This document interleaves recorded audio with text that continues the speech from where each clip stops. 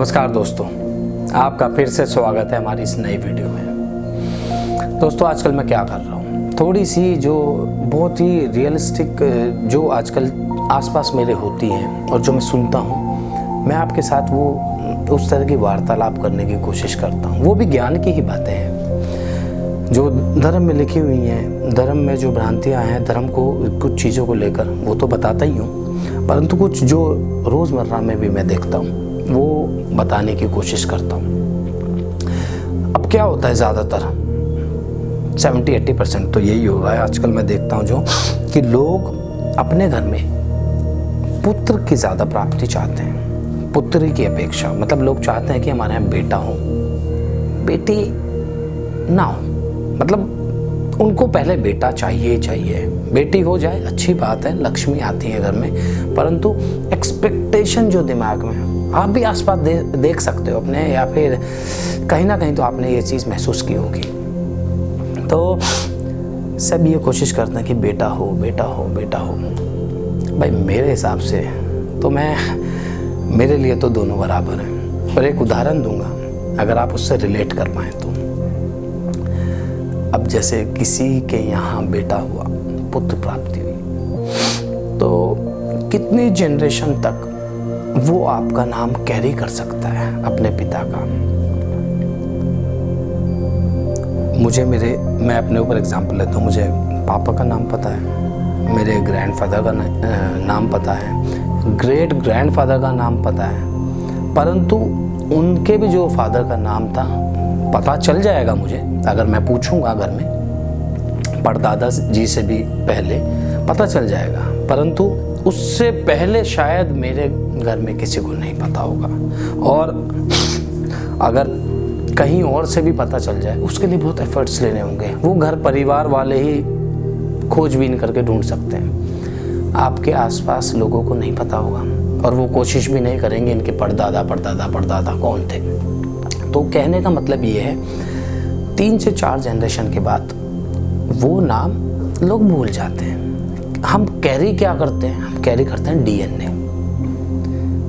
मैं बेटा हूँ किसी का, तो मेरे आगे जो बच्चे होंगे वो मेरा डीएनए कैरी कर रहे हैं। तो एक तरीके से 4 जनरेशन के बाद ऑब्वियसली मेरे बच्चे से बच्चे होंगे, तो मेरा नाम भी कहीं ना कहीं विलुप्त हो जाएगा।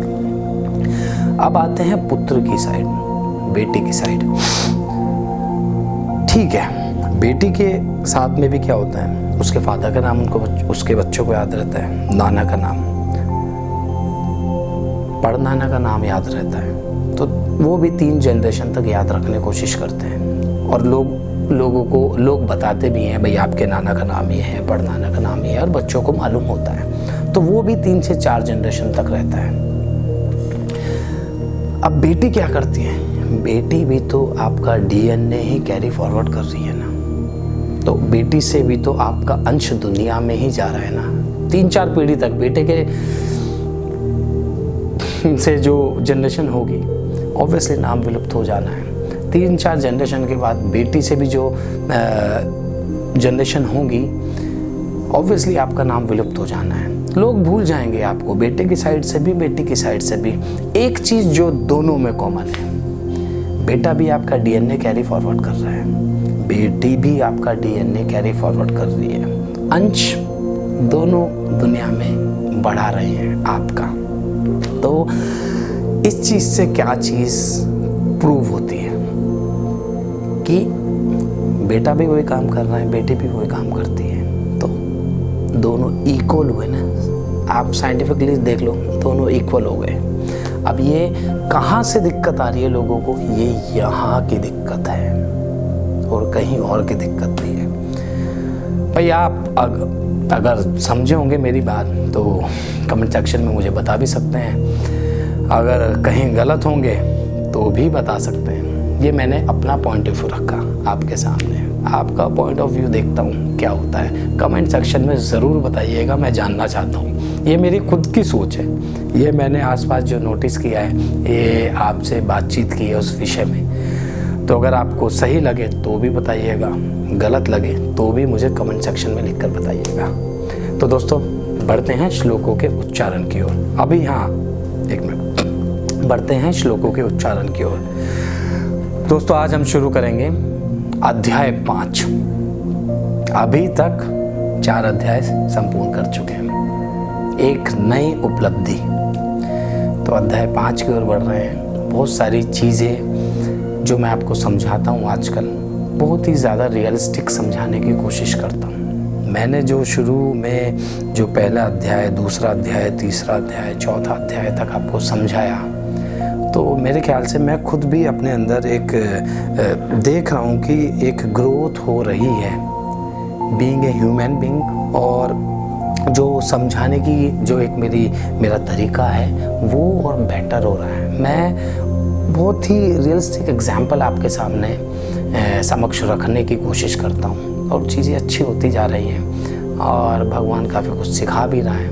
उनके जो वचन हैं वो बोल रहे हैं, आप लोग समझ रहे हैं, और जितना हो सके ज़्यादा से ज़्यादा इस वीडियो को, या फिर अगर आप वीडियो नहीं शेयर करना चाहते हैं, आपको लग रहा है मेरा कोई पर्सनल एजेंडा है इसमें, ना, आप श्लोक पढ़कर समझकर मुंह ज़बानी भी आप अपने दोस्तों को बता सकते हैं। आपको करना क्या है, आपको अपने सनातन धर्म को आगे बढ़ाना है और कुछ नहीं। मेरा जो ध्येय है मैं वो कर रहा हूँ, मेरा उद्देश्य पूरा हो रहा है। अगर 1000 लोग भी देख रहे हैं, मैं अपना कर्म कर रहा हूँ। आपको पहुँचाना है लाख तक, जो लाख होंगे वो आगे तक पहुँचाएंगे, बाकी ऊपर वाले की मर्जी।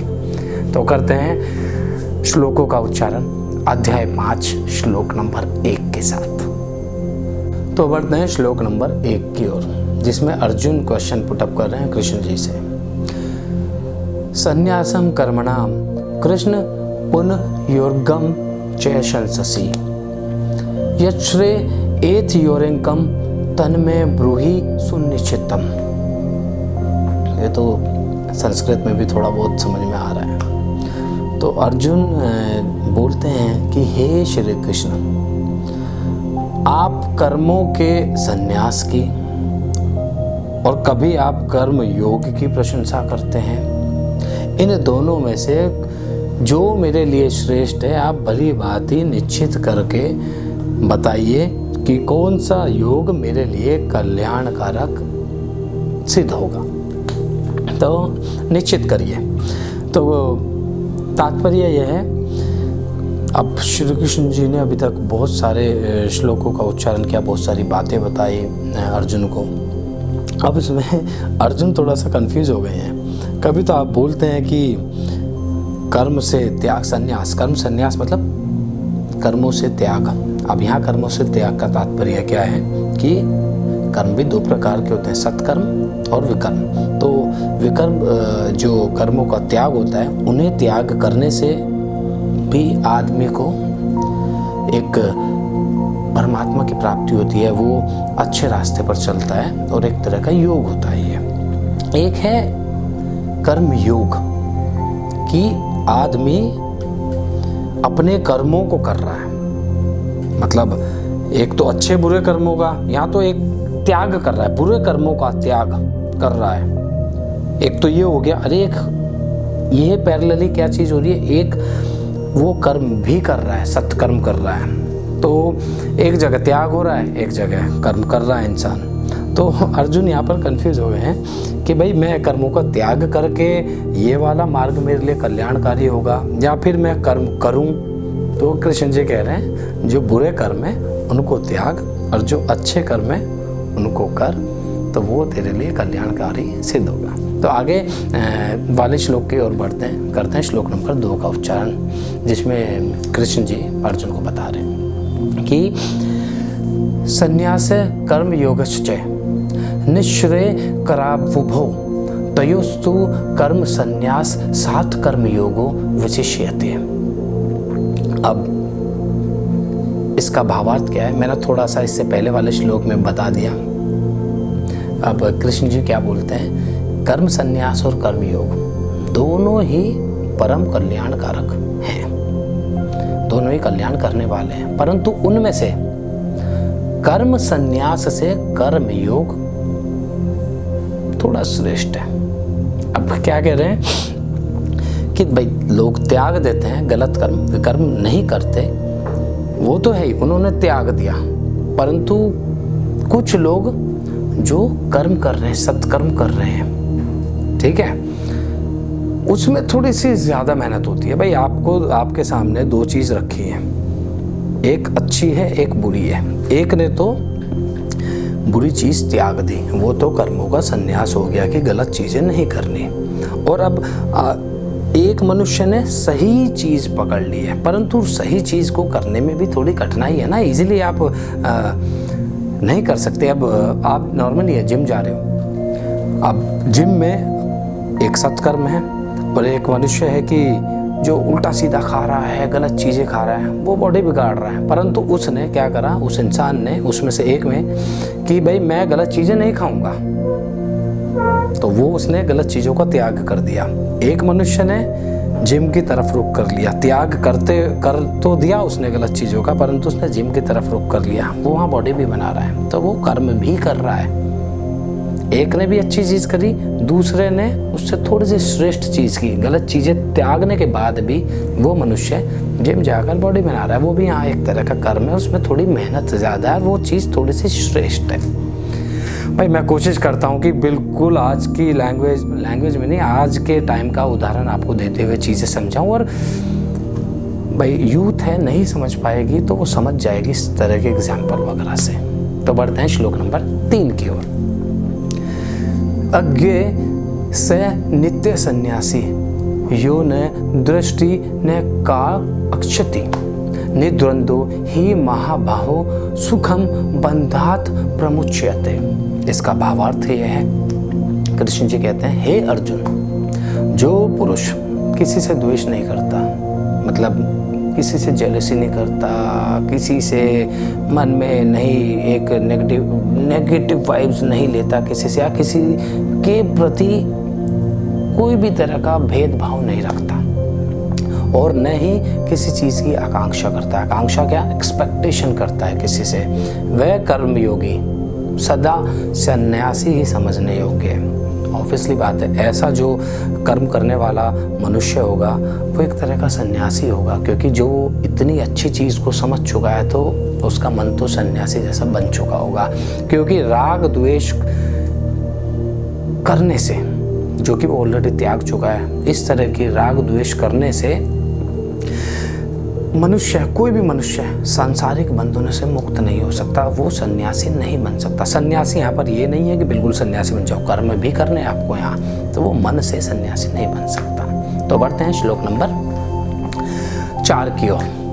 सांख्य योगो पृथग बाला प्रवदंती न पंडिता एकम अप्यास्थित सम्य गुण भयो वृद्धन्ते फलम।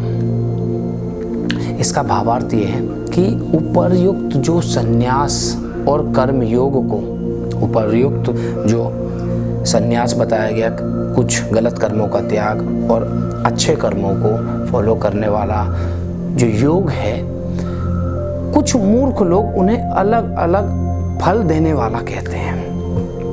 अलग अलग फल देने वाला, भाई ये कहते हैं कि तू पूजा, कुछ लोग कहते हैं ना, पूजा पाठ करेगा तो ये मिलेगा, और ये चीज़ करेगा तो ये मिलेंगे। तो बहुत सारे तरह के लोग हैं, परंतु ऑब्वियसली बात है, आप ये चीज़ करोगे तो आपको इस चीज़ की प्राप्ति होगी, वो चीज़ करोगे तो उस चीज़ की प्राप्ति होगी। पर फिर यहाँ पर वही बात आ गई, आपको आसक्ति तो रखनी नहीं, अटैचमेंट तो रखना ही नहीं किसी चीज़ की प्राप्ति के लिए। मूर्ख लोग तो ऐसी बात करते हैं, परंतु जो ज्ञानी लोग होते हैं ना, वो हर एक दृष्टि से किसी भी तरह का कर्मयोग हो, उस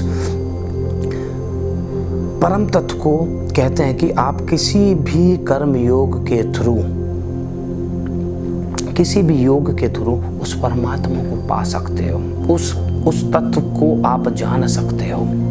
तो मूर्ख लोग हर चीज़ में कुछ ना कुछ गलत ही इन्फॉर्मेशन देते हैं, वो उनकी आसक्ति रहती है हर चीज़ में। और जो ज्ञानी जन होते हैं, महापुरुष होते हैं, वो हर चीज़ में एक अच्छाई ही ढूंढ लेते हैं। अगर भाई ये काम करना है तो कोई बात नहीं, आप यही कर लो, ये करना है आप ये कर लो, पर 2 सत्कर्म होने चाहिए।